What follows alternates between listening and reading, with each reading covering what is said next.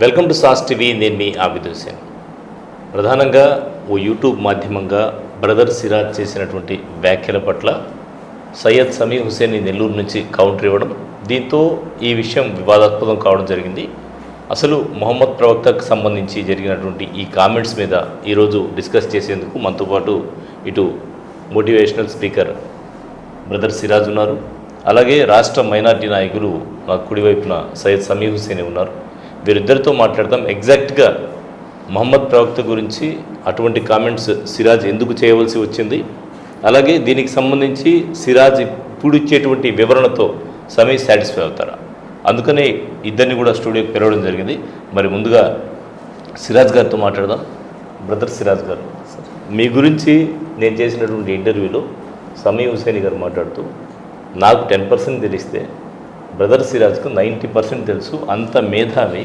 అయితే ఆ టైంలో ఎందుకు ఆయన ప్రవక్త గురించి అలా మాట్లాడారు అనేటువంటి వ్యాఖ్యలు చేయడం జరిగింది.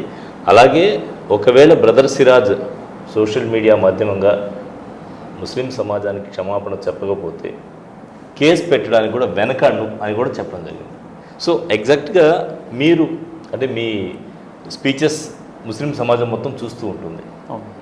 అటువంటి టైంలో మీరు ఎందుకు అటువంటి కామెంట్స్ చేయడం జరిగింది, కారణం ఏంటి? సాస్ టీవీ ప్రేక్షక మహాశయులందరికీ అస్సలాము అలైకుం. మా మిత్రులు పెద్దలు సమీ హుసేన్ గారు మాకు చాలా మంచి మిత్రులు అండి. దాదాపుగా ఒక 10 నుండి 12 సంవత్సరాల నుండి మంచి పరిచయాలు ఉన్నాయి. మీరు ఆశ్చర్యపోతారు, నెల్లూరులో మొట్టమొదటిగా చాలా గ్రాండ్ ఈవెంట్ జరిపించడం జరిగింది నన్ను పిలిచి. సమీ హుసేన్ గారు చాలా మంచి పరిచయాలు ఉన్నాయి. తర్వాత కొన్ని సందర్భాల్లో నాకు సపోర్ట్ చేయడానికి నెల్లూరు నుండి హైదరాబాద్ కూడా రావడం జరిగింది అనమాట. చాలా మంచి వ్యక్తి, అన్ని విషయాల్లో కూడా స్పందిస్తూ ముస్లిం సమాజమే కాకుండా అన్ని మతాలను కలుపుకుంటూ వెళ్ళేటటువంటి వ్యక్తి మా పెద్దన్నయ్య సమీ హుసేన్ గారు. అంటే ఇక్కడ చిన్న పొరపాటు జరిగిపోయిందండి. ఆ పొరపాటు ఏంటంటే ముఖ్యంగా ఏంటంటే ప్రతి ముస్లిం కూడా ఇప్పుడు ఎవరైనా ఇస్లాం ధర్మంలోకి ప్రవేశించాలంటే అష్హదు అల్లా ఇలాహ ఇల్లల్లా వ అష్హదు అన్న ముహమ్మదన్ అబ్దుహు రసూలు, నేను సాక్ష్యమిస్తున్నాను ఆరాధనకు ఒక అల్లాహ్ తప్ప మరొక దైవం ఎవరూ లేరని, మరియు నేను సాక్ష్యమిస్తున్నాను ముహమ్మద్ సల్లల్లాహు అలైహి వసల్లం అల్లాహ్ యొక్క దాసుడు మరియు చిట్ట చివరి దైవ ప్రవక్త. ఈ కలిమా చదివితేనే విశ్వాసిగా ముస్లింగా పరిగణించబడతాడు. అల్హమ్దులిల్లా ఆ కలిమా మీరు నేను మనమంతా కూడా చదివాము, చదువుతుంటాము.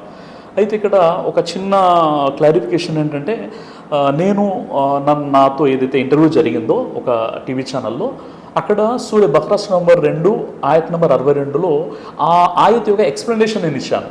నేను ఇచ్చినటువంటి ఇంటర్వ్యూ మొత్తం కూడా అది ముస్లిమేతరులను దృష్టిలో పెట్టుకొని ముస్లిమేతరులలో ఉన్నటువంటి కొన్ని క్వశ్చన్స్, దానికి సంబంధించినటువంటి ఆన్సర్సే నన్ను అక్కడ ఇవ్వడం జరిగింది.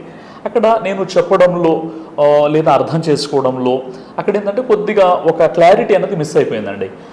ఏంటంటే ఆ క్లారిటీ మిస్ అయిపోయిన కారణంగా ఏంటంటే ఇది ఒక కాంట్రవర్సీగా క్రియేట్ అయిపోయింది. ఇది వాస్తవం చెప్పాలంటే పెద్ద పెద్ద వక్తలు, పండితులు వాళ్ళ ద్వారా కూడా కొన్ని పొరపాట్లు జరుగుతుంటాయి. నేను మానవ మాత్రుని, నేను కేవలం ఒక విద్యార్థి మాత్రమే. నేను ఎప్పుడు కూడా నేను చాలా పాండిత్యం ఉన్నటువంటి వ్యక్తిని, అన్నీ చదివేసుకున్నాను, ఇక నా అంత పెద్ద వ్యక్తి లేడని నౌజుబిల్లా నేను ఇంతవరకు చెప్పలేదండి. నేను ఇప్పుడు కూడా నేను ఒక విద్యార్థిని. సో మీ ద్వారా పొరపాటు జరిగిందని ఒప్పుకుంటున్నాను. ఆ పొరపాటు అంటే చెప్పే విధానంలో పొరపాటు జరిగింది. అంటే సూర్య బహ్రాలు సూర నంబర్ 2 ఆయత్ నంబర్ 62లో అక్కడ ఉన్నటువంటి విషయం ఏంటంటే విశ్వసించిన వారైనా, యూదులైనా, క్రైస్తవులైనా, సాబియులైనా, మరెవరైనా సరే అల్లాను అంతిమ దినాన్ని విశ్వసించి మంచి పనులు చేసినట్లయితే వారికి భయం కానీ విషాదం కానీ కలిగేటటువంటి అవకాశం లేదు.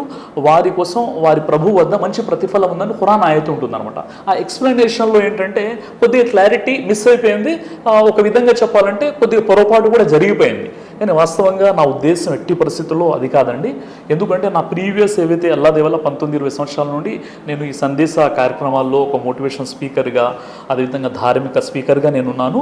నా పూర్తి లైఫ్లో నా టాపిక్స్ ఏవైతే ఉన్నాయో ఎక్కువగా ఉన్నటువంటి టాపిక్ ఏంటంటే మహాప్రవక్త ముహమ్మద్ సల్లల్లాహు అలైహి వసల్లం వారి యొక్క జీవిత చరిత్ర, ఆయన్ని మనం విశ్వసించాలి, ఆయన గొప్పతనం, ఆయన గుణగానాలు, ఆయన నీతి, నిజాయితీ, నైతికత, ఇవే అంశాలు ఎక్కువగా ఉంటాయి అన్నమాట నా లైఫ్లో. కాబట్టి ఏంటంటే అక్కడ చెప్పడంలో కొద్దిగా పొరపాటు జరిగిపోయిందే తప్ప నా చెప్పే ఉద్దేశం ఎట్టి పరిస్థితుల్లో అది కాదు. అయితే ఒక విశ్వాసిగా, ఒక ముస్లింగా నా విశ్వాసం ఏంటంటే ఇప్పుడు ముహమ్మద్ ప్రవక్త సల్లల్లాహు అలైహి వసల్లం వారిని విశ్వసించిన వాడు అతడు ముస్లిం కాడు, ముస్లింగా పరిగణించేవాడు. అంటే ఒక ముస్లిం ఒక అఖీదా విశ్వాసం ఏంటంటే ఈ భూమండలంపై వచ్చినటువంటి 1,24,000 మంది దైవ ప్రవక్తల్ని మనం విశ్వసించాలని నమ్మాలి. అందులో నేను కేవలం యేసుక్రీస్తుని నమ్మను, ఈసా అలైహిస్సలాం వారిని నమ్మను అన్న నేను విశ్వాసిగా పరిగణించబడను. అదేవిధంగా నేను నూహ్ అలైహిస్సలాం వారిని నమ్మను అన్న నేను ఒక ముస్లింగా పరిగణించబడను. అంటే ఒక విశ్వాసిగా 1,24,000 మంది దైవ ప్రవక్తల్ని మనం నమ్మాలి. చిట్ట చివరి దైవ ప్రవక్త ముహమ్మద్ సల్లల్లాహు అలైహి వసల్లం వారిని చివరి దైవ ప్రవక్తగా నమ్మి ఆయన అనుసరించాలి. అది ఖచ్చితంగా, అందులో ఎలాంటి సందేహం లేదు. ఏదైతే పొరపాటు జరిగిందో నేను చెప్పడంలో వాస్తవంగా పొరపాటు జరిగిందండి. ఆ ఎక్స్ప్లెనేషన్ నేను ఇస్తే బాగుండేది, నేను ఇవ్వలేకపోయాను. కొన్ని సంఘటనలు జరిగిపోయాయి. వాస్తవంగా చెప్పాలంటే కొద్దిగా పొరపాటు జరిగిపోయింది. ఆ పొరపాటు కారణంగా ఇంత పెద్ద కాంట్రవర్సీ అయిపోయింది. దానికి సంబంధించి మరొక చిన్న విషయం ఏంటంటే నేను క్లారిఫికేషన్ ఇవ్వాలనుకున్నాను. ఆ తర్వాత ఒక ఉర్దూ వీడియోలో నా విశ్వాసాన్ని ప్రకటిస్తూ నేను ఒక వీడియో చేయడం జరిగింది. అయితే ఆ కంగారులో ఏంటంటే మన సమీభాయ్ వరకు ఆ వీడియో చేరలేదు, యాక్చువల్లీ చేరలేదు అనమాట. అలా ఏం కదండి, సమీభాయ్ ఏదైతే ఆయన సమీభాయ్ ఒక్కరే కాదు, ప్రవక్త గురించి ఎవరు ఏది మాట్లాడినా మొత్తం ముస్లిం సమాజం మొత్తం స్పందిస్తుంది. అందులోనూ నెల్లూరు నుంచి మొదట స్పందించేటువంటి వ్యక్తి సమీభాయ్. కేవలం నెల్లూరు ఇష్యూ మాత్రమే కాదండి, నేను చూస్తుంటాను. అంటే కంప్లీట్గా మనకు ఆ ఆంధ్ర రాష్ట్రంలో ముస్లింలకు, కేవలం ముస్లింలు మాత్రమే కాదు, మైనారిటీలకు ఎవ్వరికి ఏది జరిగినా నేను ముందున్నాను అని ముందుంటారు సమీభాయ్. ఇప్పుడు కాదండి, ఒక 12 సంవత్సరాలు నేను చూస్తున్నాను. ఏదో ఒక చిన్న అపోహ జరిగిపోయింది, అది క్లారిఫికేషన్ అయితే నేను ఇచ్చాను అనుకున్నాను. ఓకే, సో ముస్లిం సమాజానికి క్షమాపణ చెప్పడానికి ఏదైనా ఈగో అడ్డం వస్తుందా సార్? క్షమాపణ అన్నది, నేను ఒక వ్యక్తి ఎప్పుడైనా తన తప్పు తెలుసుకొని క్షమాపణ అడిగితే అతని స్థానం పెరుగుతుంది తప్ప తగ్గదు. కాబట్టి నేను ఒకసారి కాదు 100 సార్లైనా క్షమాపణ చెప్పడానికి నేను సిద్ధంగా ఉన్నాను. అందులో ఎలాంటి సందేహం లేదు. ఎందుకంటే నేను చెప్తున్నాను కదండి, నేను ఒక పెద్ద ధార్మిక పండితుని. మెయిన్గా మిమ్మల్ని పదే ప్రశ్నించడానికి కారణం ఏంటంటే, బ్రదర్ సిరాజ్ ఇచ్చేటువంటి స్పీచెస్ మీద చాలామంది ముస్లిమ్స్ మీద ప్రభావం చూపిస్తాయి. అంటే ఆయన స్పీచెస్ని ఓన్ చేసుకుంటారు, మా మనిషి అని ఓన్ చేసుకొని చేస్తూ ఉంటారు. అందువల్ల మీ దగ్గర నుంచి ఏదైనా ఒక చిన్న పదం పొరపాటు జరిగినా కూడా నిజమేమో అనుకునేటువంటి అవకాశం ఉంది. ఇప్పుడు ఖత్నా గురించి కూడా మీరు అట్లనే కామెంట్ చేసి ఉన్నారు. సో దీనికి సంబంధించి కూడా కొంచెం వివరణ ఇస్తే బాగుంటుంది సార్. ఇప్పుడు ఖత్నా, సర్కంసెషన్, సుంతి ఒడుగులు అనే విషయం ఏదైతే ఉందో ఇది హైలీ రికమెండెడ్ సున్నా అనమాట. అంటే ఇది సున్నతి మౌఖిదాగా చెప్పడం జరుగుతుంది. వాస్తవంగా చెప్పాలంటే ఇబ్రాహీం అలైహిస్సలాం వారి నుండి ఈ సున్నత్ సాంప్రదాయం ఉందండి. అంతకంటే ముందు ఉన్నటువంటి ప్రవక్తలు ఎవరైతే ఉన్నారో అప్పుడు ఖత్నా లేదు. కానీ ఇబ్రాహీం అలైహిస్సలాం వారి కాలం నుండి ఉంది. మహాప్రవక్త ముహమ్మద్ సల్లల్లాహు అలైహి వసల్లం తన అనుయాయులు, అనుచరులు అందరికీ కూడా ఉపదేశించడం జరిగింది అనమాట. ఖత్నా చేసుకోవడం వల్ల ఉన్నటువంటి సైంటిఫిక్ లాభాలు అయినా చాలా సందర్భాలు నేను చెప్పి ఉన్నాను. అయితే అక్కడ కూడా ఏంటంటే నన్ను అడిగినటువంటి క్వశ్చన్ ఏదైతే ఉందో, మీ మతంలోకి రావాలంటే ముందు కిందికి కోసుకోవాలి, వెళ్ళిపోతున్నామంటే పైది తల కట్ చేసుకోవాలంటే, అది అడగడం ఏదైతే జరిగిందో అది ముస్లిమేతరులను ఉద్దేశించి, అంటే ఒక బయటి నుండి వచ్చినటువంటి వ్యక్తికి సంబంధించినటువంటి క్లారిఫికేషన్ ఒక ఆన్సర్ ఇచ్చాను. కానీ బైబర్త్గా ఉన్నటువంటి ముస్లిం సంబంధించినటువంటి ఆన్సర్ కాదండి అది. ఖత్నా అన్నది అల్హమ్దుల్లా సున్నతే ముఆఖిదా, ఖచ్చితంగా ఖత్నా చేసుకోవాలి. అల్హమ్దుల్లా సైంటిఫిక్ లాభాలు కూడా చాలా ఉన్నాయి. అక్కడ నేను చెప్పిన విషయం ఏంటంటే, ఖత్నా అన్న విషయం ఏదైతే ఉందో, ఇప్పుడు ఉదాహరణకి ఒక ముస్లిమేతరుడు, ఒక 50-60 సంవత్సరాలు ఉన్నటువంటి ఒక ముస్లిమేతర సోదరుడు ఉన్నాడు. అతనికి ఏంటంటే షుగర్ ఉంటుంది, డయాబెటిక్ పేషెంట్ ఉంటాడు. ఇప్పుడు ఖత్నా చేసుకోవడం వల్ల అతనికి ప్రమాదం ఉందనుకోండి, ఈ ఖత్నాని ఇస్లాం ధర్మంలోకి రావడానికి ఒక ఆటంకంగా ఉండకూడదు అనమాట. అతనికి ఎగ్జామిషన్ అనేది ఉంది. ఖత్నా అనేది సున్నతి మౌఖిదా. కానీ ఇప్పుడు ఒకవేళ ఖత్నా చేసినట్లయితే అతనికి ప్రాణాలకి ప్రమాదం ఉందనుకోండి, అప్పుడు అతడు ఉలమాన్ని సంప్రదించేసి అతడు పాకిని పాటించాలి. ఎందుకంటే పాకి అనేది పరిశుద్ధత అనేది ఈమాన్లో సగభాగం అని చెప్పారు. అంటే అలాంటి కొంతమంది వ్యక్తులకు ఎగ్జామ్షన్ ఉంది. ఆ కోణంలో నేను ఎమర్జెన్సీ కేసెస్ ఏవైతే ఉంటాయో, ప్రాణాంతకరమైనటువంటి పరిస్థితులు ఉన్నప్పుడు ఖత్నా అనేది ఎగ్జామ్షన్ ఉంది. అలాంటి వ్యక్తి కలిమా చదువుకొని ఖత్నా లేకున్నా ఆ వ్యక్తి నమాజులు చదవచ్చు, అంగీకరించబడుతుంది, రోజాలు ఉన్న అంగీకరించబడుతుంది అన్న సందర్భంలో నేను చెప్పాను. ఇంకా క్లారిటీగా ఇస్తే ఇంకా బాగుండేది. అక్కడ క్లారిటీ అక్కడ కూడా కొద్దిగా మిస్ అయిపోయింది. కానీ ఇంతకంటే ముందు టైమింగ్ కూడా ఉంటుంది అక్కడ, ఏదో ఏంటండి టైమింగ్ ఉంటుంది కాబట్టి ఆ టైంలో నేను ఆ విధంగా చెప్పగలిగానండి. అంటే గతంలో కూడా సున్నత్ మరియు సైన్స్ అని ఒక టాపిక్ జరిగిందండి వైజాగ్లో, దాదాపు 1 గంటన్నర టాపిక్ అనమాట. ఈ ఖత్నాపై ఒక 20-25 నిమిషాల భయాన్ని కూడా నేను ఇచ్చాను అనమాట. అది మొత్తం ప్రవక్త వారి సాంప్రదాయం, అది ఎందుకు చేయించుకుంటారు ఏంటన్న విషయం. అయితే ముస్లింగా పుట్టినటువంటి వ్యక్తి ఖచ్చితంగా 7వ రోజు మనం ఖత్నా చేయిస్తాం, లేదంటే 14 రోజు, 21 రోజు సున్నతి మౌఖిదా. ఎవరు కూడా ఖత్నా లేకుండా ఉండరు అసలు. అంటే ఇక్కడ నేను చెప్పిన విషయం ఏంటంటే, ముస్లిమేతరులు ఎవరైతే ధర్మంలో ప్రవేశిస్తారో ఒకవేళ వాళ్లకు గనక డయాబెటిక్ లాంటి ఇతర వ్యాధులు ఏమైనా ఉండి అయ్యో నేను ఖత్నా చేయించుకోవాలంటే నాకు భయంగా ఉంది, ఇక నేను ఇస్లాములోకి రావడం ఎందుకు అనేటటువంటి విషయం ఆటంకంగా ఉండకూడదు అనేటటువంటి సెన్స్లో చెప్పానే తప్ప ఆ ఖత్నా లేకున్నా పర్వాలేదు అన్న కోణం నాది కాదనమాట. అక్కడ కూడా అంటే కొద్దిగా క్లారిటీ మిస్ అయిపోయింది. దానివల్ల ఏంటంటే కొద్దిగా అపోహ ఏర్పడింది. తర్వాత సమీర్ భాయ్ కూడా ఒక మంచి వీడియోలో కూడా చెప్పారు, ఫోన్లో కూడా నాకు కొన్ని విషయాలు చెప్పారు. బ్రదర్ మీరు ఏదైతే ఇప్పుడు ఎంతోమంది మిమ్మల్ని చూస్తున్నారు, చాలామంది మిమ్మల్ని ఫాలో అవుతున్నారు, మీరు ఇంతగా ఈజీగా అది ఖత్నా లేకున్నా పర్వాలేదని చెప్పేసినట్లయితే కొంతమంది ఎవరైతే నూతనంగా ధర్మాన్ని స్వీకరిస్తుంటారో వారికి ఖత్నాతో అవసరం లేదనేటటువంటి ఒక కోణంలో వాళ్ళు వెళ్ళిపోతారు కదా అన్న ఒక విషయం చెప్పారు. చాలా మంచి విషయం అండి అది. రైట్. ప్రధానంగా ఏంటంటే బ్రదర్ సిరాజ్ గారిని ఎక్కడ కూడా వారి క్రెడిబిలిటీని ఇబ్బంది పెట్టాలని కానీ వారి గురించి ఏదైనా చెప్పాలని కానీ కాదు. ఎందుకంటే బ్రదర్ సిరాజ్ గారికి మిలియన్స్ ఆఫ్ ఫాలోవర్స్ ఉన్నారు. వీళ్ళందరూ కూడా బ్రదర్ సిరాజ్ గారిని ఫాలో అవుతుంటారు కాబట్టి ఏ చిన్న విషయం చెప్పినా కూడా అది నిజమేమో కరెక్టేమో అది బ్రదర్ సిరాజ్ గారు చెప్పారంటే అది ఖచ్చితంగా కరెక్ట్ అనేటువంటి కోణంలో వెళ్ళిపోతుంటారు కాబట్టి సో దీని మీద క్లారిఫికేషన్ మీ నుంచి తీసుకోవడం జరిగింది. సో సమీ గారు మరి మీ ముందే బ్రదర్ సిరాజ్ గారు చెప్పడం జరిగింది. సో మీరు ఓకేనా దీన్ని సమ్మతిస్తున్నారు? అస్సలాము అలైకుం వరహ్మతుల్లాహి వబరకాతుహు. ఇస్లాం ధర్మం అనేది చాలా సున్నితమైనది, చాలా పవిత్రమైనది, అదేవిధంగా చాలా ఫ్లెక్సిబుల్. దాంట్లో మొదటి ఇస్లాం ధర్మంలో నేను ముస్లిం లాగా పుట్టినాను, ముస్లిం లాగా మా తల్లిదండ్రులు ముస్లింలు కాబట్టి నేను ముసల్మాన్ అని చెప్తే కుదరదు. ఇస్లాం ధర్మంలో ఉన్న కట్టుబాట్లు ఏదైతే ఉన్నాయో, ఇస్లాం ధర్మంలో ఏదైతే మా ప్రవక్త గారు చూపించిన మార్గం ఉందో అందులో నేను నడిస్తేనే ముసల్మాన్ అవుతాను, ముస్లిం అవుతాను.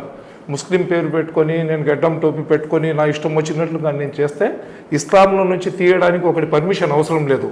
అల్లా ప్రవక్త దృష్టిలో మేము ఇస్లాం నుంచి బయటికి వెళ్ళిపోతే వెళ్ళిపోయినట్లే.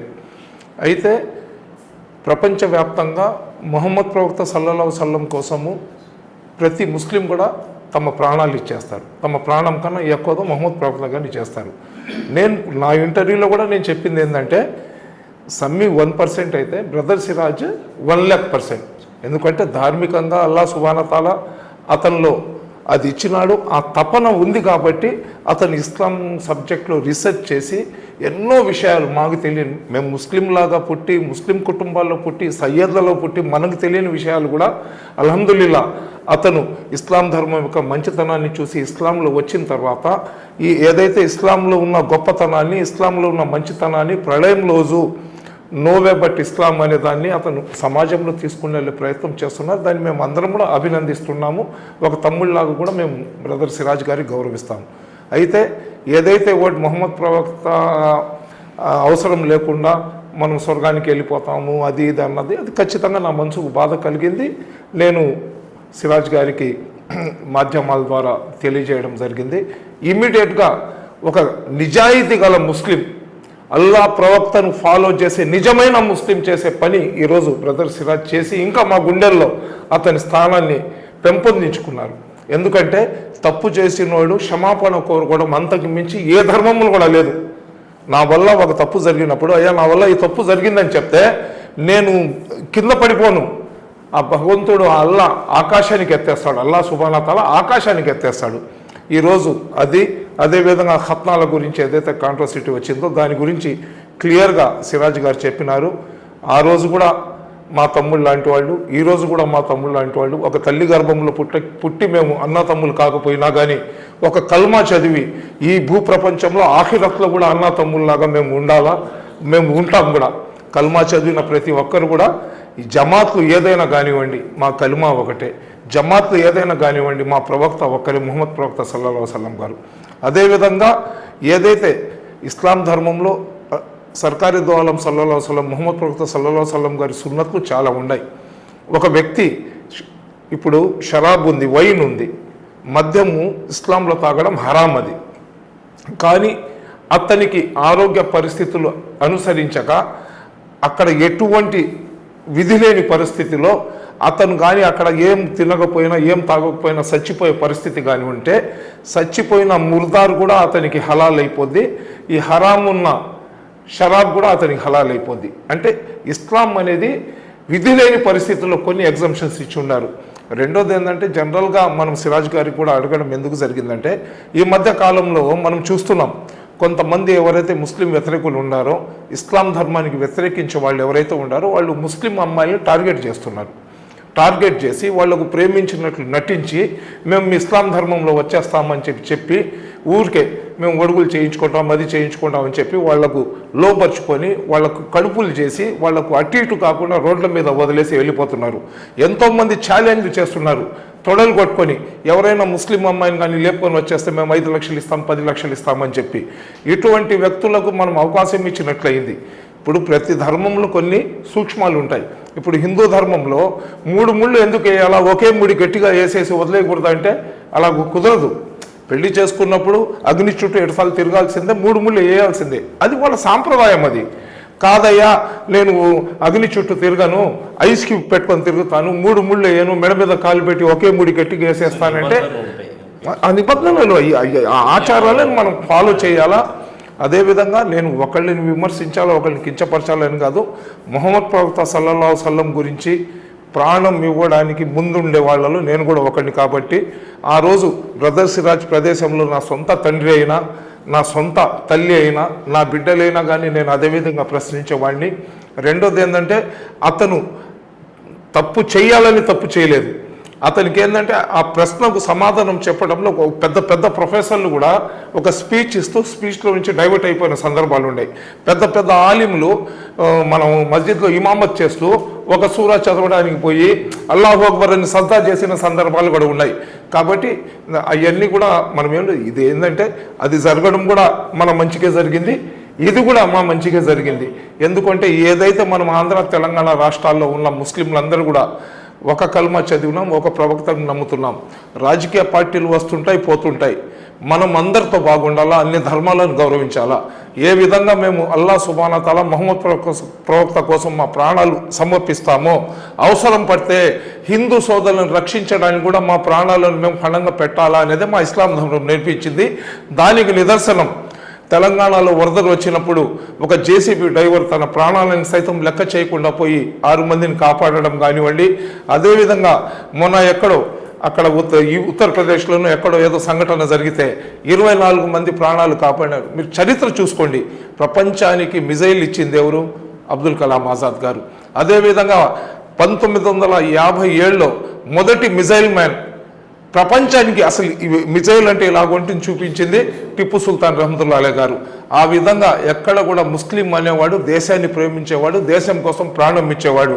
ముస్లిం అనేవాడు పరమత సహనం కోరుకునేవాడు, అందరినీ కలుపుకొని పోయేవాడు.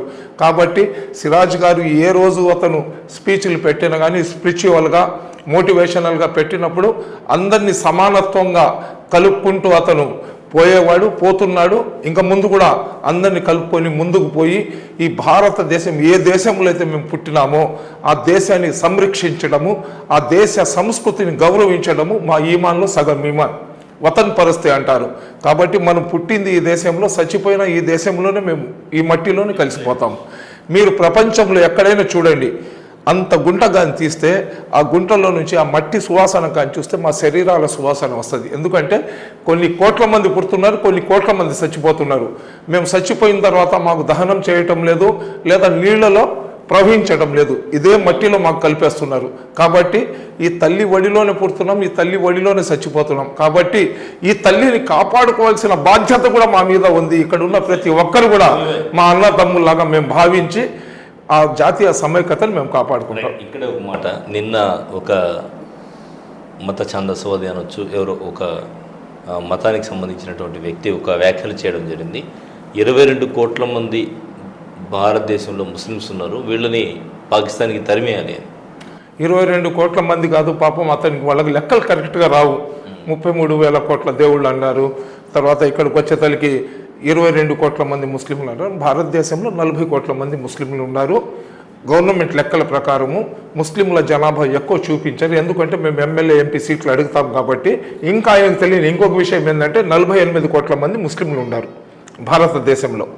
48 కోట్ల మంది ముస్లింలు ఉన్న ఈ భారతదేశంలో మాకు అతను పాకిస్తాన్కి పంపించేస్తానని చెప్పాడు కదా, అతను నిజంగా ఏ దైవాన్ని అయితే ఆచరిస్తాడో, ఏ ధర్మంలో అయితే అతను పుట్టినాడో దాని మీద కానీ అతనికి నమ్మకం విశ్వాసం కానీ అయితే, ఈ మాట చెప్పిన వ్యక్తి నిజంగా వాడు మనిషి కానీ అయితే, వాడు పుట్టింది వాళ్ళ తల్లిదండ్రులకే కానీ అయితే మాకు పంపించమని చెప్పండి, మేము వెళ్ళిపోతాం.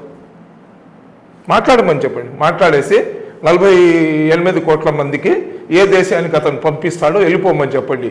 వాడు మాకు పంపించడమేమో కానీ ముస్లింలను నేను పంపించేస్తాను, 48 కోట్ల మంది ముస్లింలను ఎక్కడికో పంపించేస్తానంటే ఈ దేశంలో ఉన్న నా హిందూ సోదరులు, ఈ దేశంలో ఉన్న నా హిందూ సోదరులు వాడి వీపుకి కొక్కి వేసి తీసుకొని పోయి వాడికి శ్రీలంకలోను నేపాల్లోనూ వదిలేసి వచ్చేస్తారు.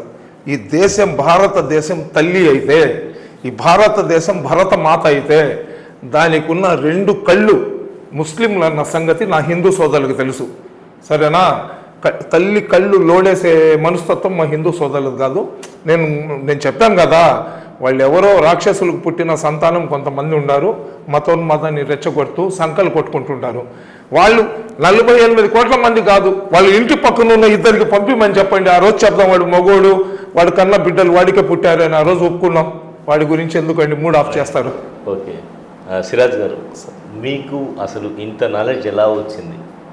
సార్, నా మీద ఉన్నటువంటి చాలా పెద్ద అపోహ ఏంటంటే నేను ఒక పెద్ద ఆలిం కాదు, లేదా నేను ఒక పెద్ద పండితుణ్ణి కాదు. ఎక్కడ కూడా నేను ఒక పండితుణ్ణి, ఒక ఆలిం అని చెప్పుకోలేదు అనమాట. నేను ఎప్పుడు కూడా ఒక విద్యార్థిని. రోజు కూడా నేను నేర్చుకుంటూ ఉంటాను, ఖురాన్ చదువుతాను, ఇతర గ్రంథాలు చదువుతాను. నేర్చుకున్నటువంటి విషయాలని ప్రజలకు తెలియజేస్తూ ఉంటాను అనమాట. కాబట్టి ఏంటంటే ప్రతిదానికి సాధన అనేది చాలా ఇంపార్టెంట్ అండి. నేను ఉదయం ఫజర్ నమాజ్ తర్వాత స్టడీ అవర్స్ అనేది ఉంటుంది. నేను కంప్లీట్గా ఒక 2 hours ఏంటంటే కూర్చుంటాను. ప్రతిరోజు ఉదయం కూర్చుంటాను, సాయంత్రం కూర్చుంటాను. ఆ తర్వాత ఈ కరెంట్ అఫైర్స్ ఇవన్నీ కూడా చూస్తుంటాను అనమాట. కేవలం ఏంటంటే సార్, ఇప్పుడు ఎవరైనా ఇప్పుడు ఇస్లాం ధర్మంలో ఉన్నటువంటి ఒక గొప్పతనం ఏంటంటే కులముతో, మతముతో, వర్గంతో, వర్ణంతో సంబంధం లేకుండా ఎవరైతే స్వచ్ఛందంగా ముందుకు వచ్చేసి కలిమా చదువుతారో వాళ్ళు ఒక ముస్లింగా పరిగణించబడతారు. ఆ తర్వాత ఆ వ్యక్తి ఎంతైతే ధర్మాన్ని నేర్చుకుంటాడో అల్హమ్దుల్లా అన్ని స్థానాలు పెరుగుతూ ఉంటాయి. మీరేం చేస్తారంటే మీ స్పీచ్లో ఇతర గ్రంథాలని కూడా కోట్ చేస్తూ ఉంటారు, ఇతర మత గ్రంథాలు. అవును. సో దీన్ని కొంతమంది ఏం చెప్తున్నారంటే ఆయన ఏదో కొన్ని తీసుకొని చెప్పేస్తున్నాడు అనేటువంటి కామెంట్స్ ఇటీవల చేస్తూ ఉన్నాను. సార్, ఇప్పుడు నేను దాదాపుగా 18 నుండి 19 సంవత్సరాల నుండి దాదాపు 20 సంవత్సరాల నుండి నేను ఈ ఫీల్డ్లో ఉన్నాను అనమాట. ధార్మికంగా, తర్వాత మోటివేషనల్ సెషన్స్ కూడా ఈ మధ్య నేను ఇస్తున్నాను. అయితే విషయం ఏంటంటే ఎప్పుడు కూడా ఇలాంటి కాంట్రవర్సీని నేను క్రియేట్ చేయలేదు. ఇంకోటి ఏంటంటే నా ఏదైతే బ్రదర్ సిరాజ్ అనే సోషల్ మీడియా ప్లాట్ఫామ్ ఉందో మొత్తం నా యొక్క ఫేస్బుక్, ఆ తర్వాత యూట్యూబ్, తర్వాత ఇన్స్టాగ్రామ్, ఈ మొత్తం కలిసి ఏంటంటే దాదాపుగా 1.4 మిలియన్ ఫాలోవర్స్ అనమాట. అయితే ఎక్కడ కూడా నేను ఒకరిని విమర్శించి లేదా నేను ఒక కాంట్రవర్సీని క్రియేట్ చేసి నా ఏంటంటే ఫాలోవర్స్ని పెంచుకోలేదు. నేను చాలా సోదర భావంతో నేను ముందుకు వెళ్తున్నాను.